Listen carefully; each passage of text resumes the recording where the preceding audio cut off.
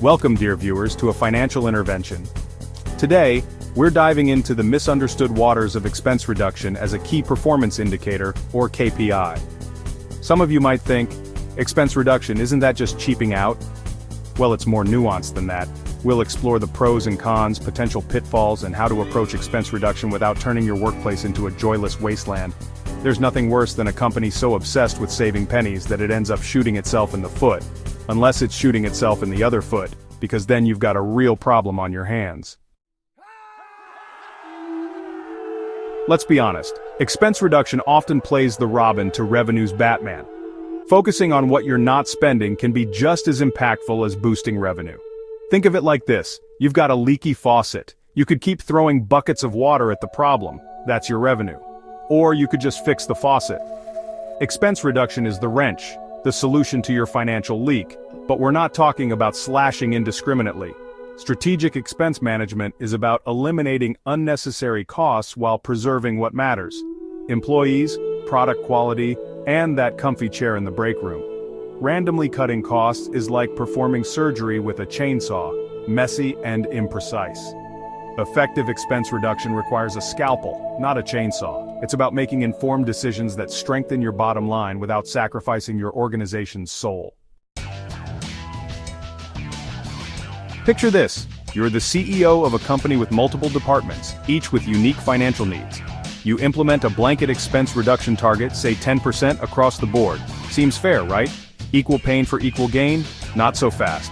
This approach is as effective as using a single pair of shoes for a marathon, a ballet recital, and mountain climbing. Forcing every department to adhere to the same target is a recipe for disaster. Your marketing team might cut crucial campaigns while R&D struggles to innovate. Instead, consider a tailored strategy. Analyze each department's financial structure, identify areas for cost trimming without compromising core functions, and set realistic targets. Expense reduction should be a collaborative effort, not a financial straitjacket. Empower your teams to find creative solutions that benefit the entire organization.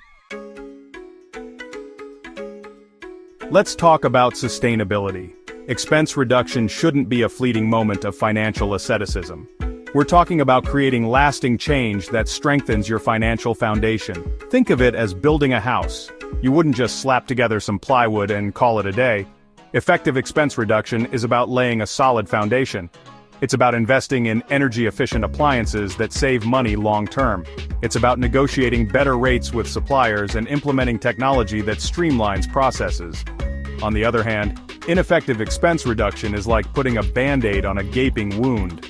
Short-sighted cost-cutting measures fail to address underlying problems. Find that sweet spot, reduce costs in a way that's impactful and sustainable. Let's address the overworked, underappreciated employee in the cubicle next to you. Assigning individual expense reduction KPIs is as effective as herding cats, chaotic and counterproductive.